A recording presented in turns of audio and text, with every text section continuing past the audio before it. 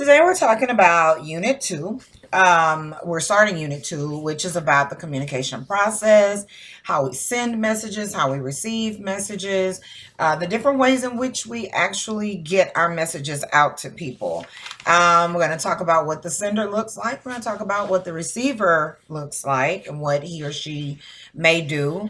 And we're going to also talk about some speeches that you guys are going to have coming up. So let's get started. All right. So we're talking about what is communication. So communication, first of all, when you think about it, you probably think about it's talking or it's texting. But there's so many more facets to what communication is. It is a message being sent. When you go to the movie theater and you watch a movie, do you learn something? Do you gain knowledge? Yeah. I think the last movie I saw was Bad Boys. Yeah, I don't really go to the movies very much.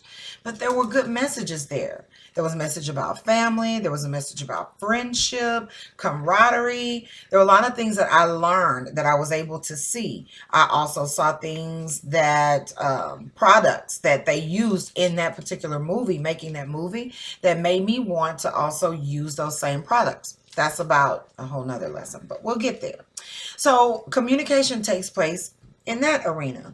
It takes place through texting someone. It takes place through making a phone call. What about when your parents get those letters in the mail that they've won some money from somewhere, right? That's also communication. So a letter being written, right? Sometimes we get the Amber Alerts on our phone. It's an alert or it's on a sign on the highway. That's communication. So it's different ways, and those different ways are called channels. Just like on the TV, you can turn the channel to see whatever you want. You want ESPN, you turn it to ESPN. You want Discovery, you turn it to Discovery. But each one is going to give you a different message, correct? So that's what we're talking about today. So communication is the process by which we exchange ideas and information. Communication is how we exchange ideas and information. All right. How do we exchange them? Through various channels. I'm talking to you right now with my hands.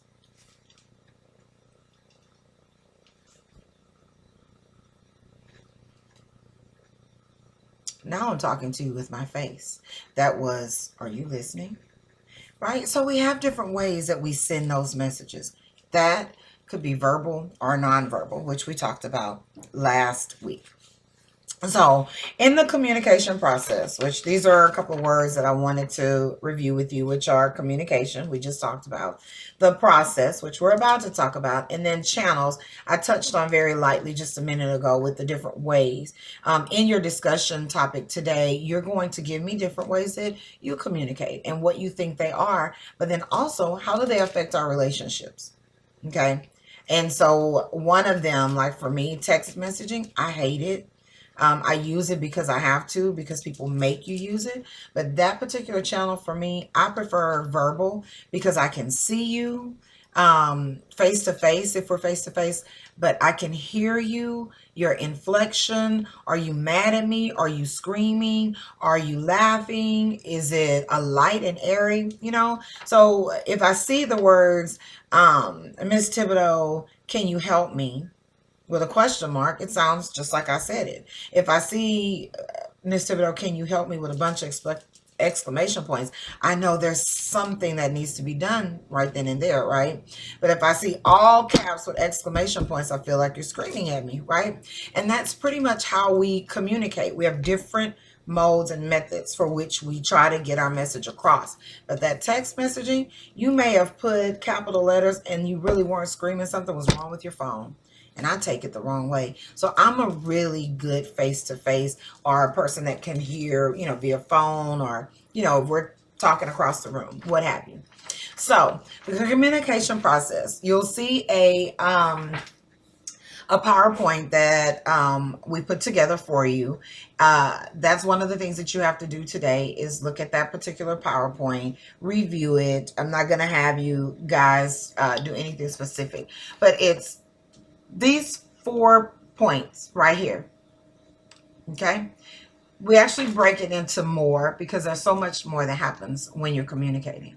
But you start off with a person or a machine that sends a message, right? That's the sender. You got someone that's the sender. And the sender is trying to communicate something to either a group of people, which could be an audience in a speech. It could be to a mom who the son is trying to let her know, I want to go to the movies, right? It could be anybody sending to someone else, okay? Well, the message goes through various channels, right? We just talked about that. How does it get there? Through a text. Does it get there through an email? Does it get there through verbal? Are you calling? Are you FaceTiming, right? Did you send a letter in the mail? Shucks. Are you doing Morse code? Do y'all even know what Morse code is? That do do do do do. Yeah, they used it a long time ago, and I think they still use it in the military, but we don't use Morse code. Are you using body language to let somebody know, hey, I'm in distress? If you're in the pool and you're trying to let someone know I'm drowning, right? That's nonverbal, but it's still sending a message to someone, hey, I need to be saved. I need to be helped. All right. Well, what happens, all this wiggly line right here, that's feedback. And feedback could be your face. Feedback could be numerous things that sorry about that, guys. Numerous things that the receiver lets the sender know, hey, I got your message, or hey, I'm trying to get your message, right? It could be your face. That I understand. It could be that your back is turned. I don't want to hear you. That's feedback also. That could be your text message. Yay, I'm so excited. We're going to the beach today, girl. Pick me up at 6, whatever. Okay. So feedback comes in many forms. It comes in verbal, it comes in nonverbal, it comes in facial expressions, body language. It varies. But you always want to make sure that your receiver sends something back to the sender so that they have an understanding, or that maybe you don't understand. And that's how communication takes place, and we have a conversation. We never think about the conversation like this. This breaks it down. But what we're doing right now, we're actually using the process of communication. I'm the sender. I'm using a video as my channel to send you a message about what the lesson is. Now, the feedback comes when you do your assignments. It comes back when you text me or you call or whatever it is that you do to get information from me. But this right here is the process for communication. So as you go through the lesson today, there'll be more things that you'll learn about the process. Take the time to get them. One of the things that I did is I kind of set the lesson where you'll have those 2 hours first, and then those assignments are going to be open to you after 11 today, and you can start working on the assignments. As you need help, just send me a message, call me. It doesn't matter. I'm going to try to figure out a way where we can conference and also see, maybe see each other face to face. Also look for another one of those not Flipgrids, I'm sorry.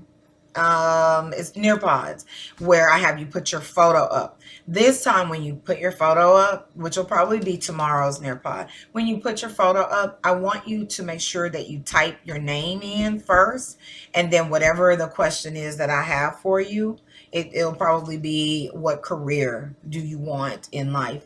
What do you see yourself as? So just remember that. When you do your Nearpods, and that it's important for you to put your name there so that I can put a name with a face. All right, Summer Scholars, it's great talking to you. Can't wait to see you guys. Have a great day.